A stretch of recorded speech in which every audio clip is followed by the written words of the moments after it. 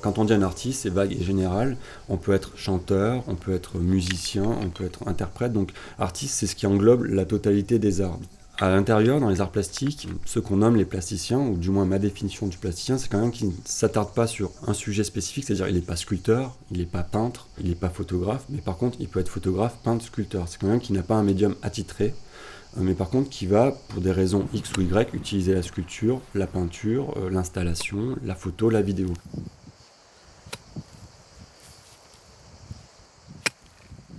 Donc moi je suis à la croisée de trois courants artistiques qui ont eu lieu à la fin des années 70, que j'ai beaucoup plus étudié, qui sont le land art, l'art conceptuel et ce qu'on appelle le process art, ou le post-minimalisme. Ce qu'on appelle le land art, donc, c'est l'implantation dans un lieu, c'est plutôt la question de l'in situ qui a vraiment pris le pas dans ces questionnements-là.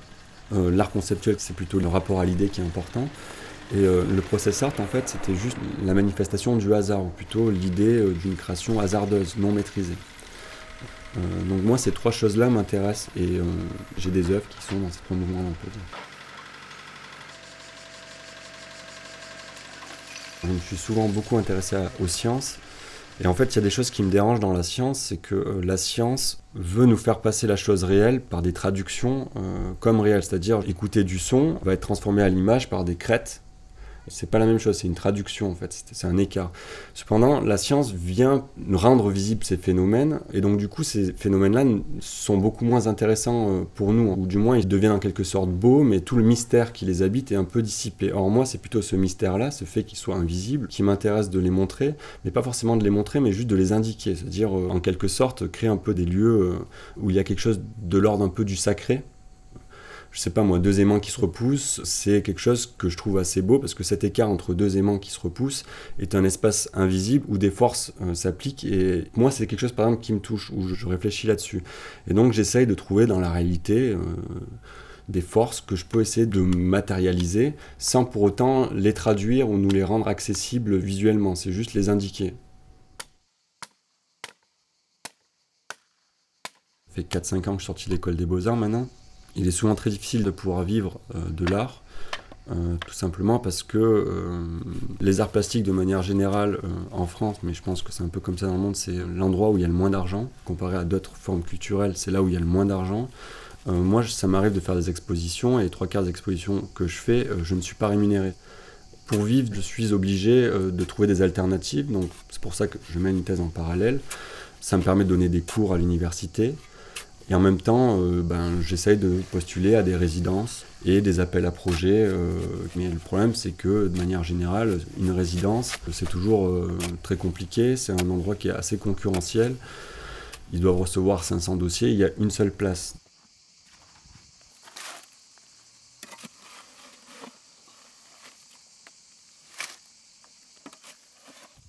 En fait, tout le problème d'être artiste, c'est qu'on a l'habitude de vivre dans un monde un peu idéaliste quand on est aux Beaux-Arts, où on fait ça par passion, et où du coup c'est notre passion qui nous guide et qui nous amène. En fait, quand on sort de l'école des Beaux-Arts, on se rend compte déjà qu'on doit prendre un numéro SIRET, c'est-à-dire qu'on devient entrepreneur.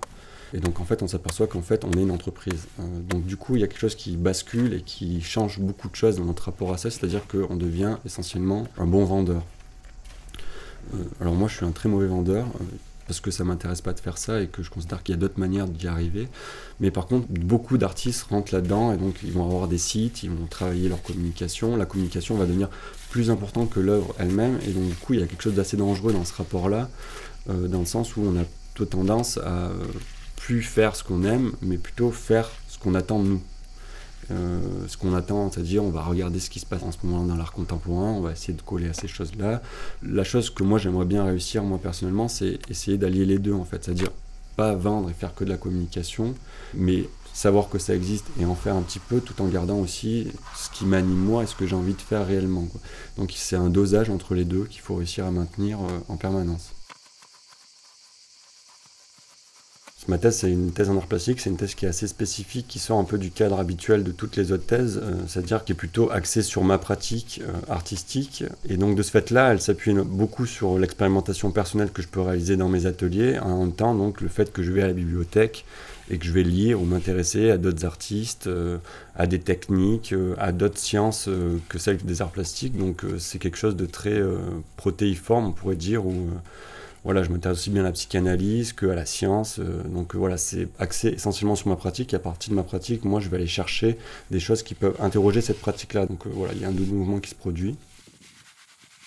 Dans le cadre de cette thèse-là, je donne quelques heures par semaine des cours à des licences 1 et c'est des cours d'atelier. Donc voilà, j'essaie de leur apprendre à réfléchir, à se poser des nouvelles questions et à sortir de ce que habituellement la majorité de la population en France pense sur l'art plastique, c'est-à-dire le dessin, ou savoir bien dessiner, c'est faire des arts plastiques, mais de manière générale, c'est plutôt sortir des cadres qu'on a l'habitude, donc ne plus utiliser de crayon gris, ne pas être tout le temps en train d'écrire sur des feuilles standards A4 ou des grands formats type grand aigle, mais plutôt les obliger à travailler avec d'autres médiums, à travailler avec plein de matériaux différents pour essayer de leur faire sortir de ce cadre sur lequel tout le monde pense les arts plastiques et qu'ils puissent découvrir d'autres choses.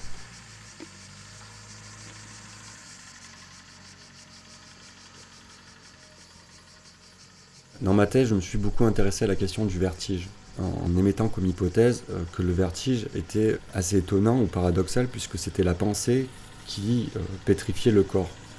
C'est-à-dire une idée qui arrivait à avoir une imprégnation sur le corps qui arrivait à le pétrifier.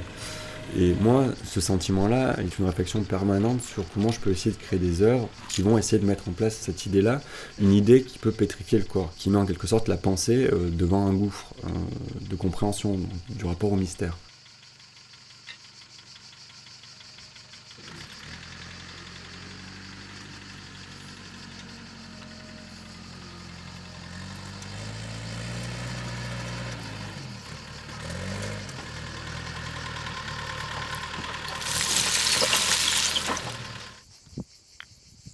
Je suis pas quelqu'un de très sensible vis-à-vis de la peinture, ou j'ai pas forcément d'immenses émotions vis-à-vis de ça. Par contre, j'ai beaucoup plus d'émotions dans la vie de tous les jours vis-à-vis de choses qui peuvent se produire. C'est ma capacité à pouvoir une idée qui se présente et qui va me toucher ou qui va avoir des répercussions sur moi.